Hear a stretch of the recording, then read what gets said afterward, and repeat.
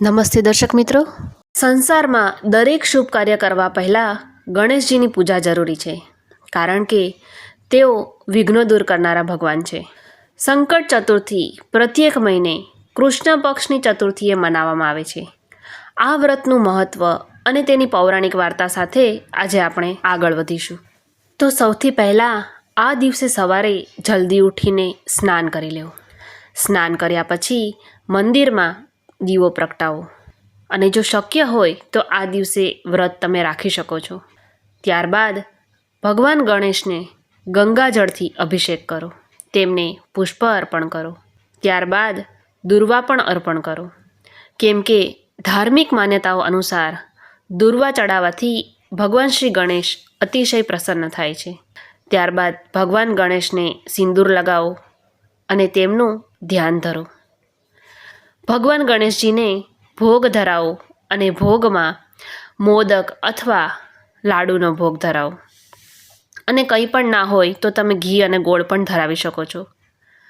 આ વ્રતમાં સૌથી મહત્ત્વ ચંદ્ર પૂજા હોય છે. સાંજે ચંદ્રદેવના દર્શન કરીને ત્યારબાદ જ તમે વ્રત ખોલી શકો છો. ત્યારબાદ ભગવાનની આરતી કરવી અને કથા સાંભળવી. તો હવે સંકટ ચતુર્થીની કથા આ પ્રમાણે છે. એકવાર ભગવાન વિષ્ણુ અને માતા લક્ષ્મીજીના લગ્ન નક્કી થયા.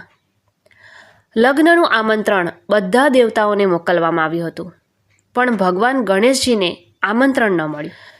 અને જ્યારે દેવતાઓએ ચર્ચા કરી ત્યારે ખબર પડી કે ગણેશજીને તો લગ્નમાં બોલાવ્યા જ નહીં.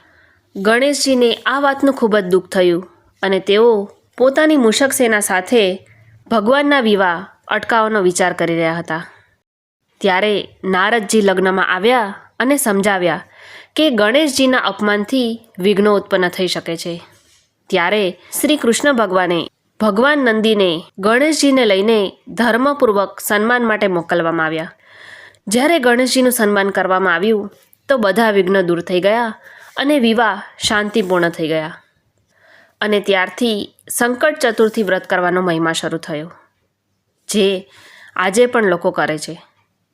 તો દર્શક મિત્રો, આજનો આ વિડીયો જો તમને ગમ્યો હોય તો મારી ચેનલને લાઇક, શેર અને સબસ્ક્રાઈબ જરૂર કરજો.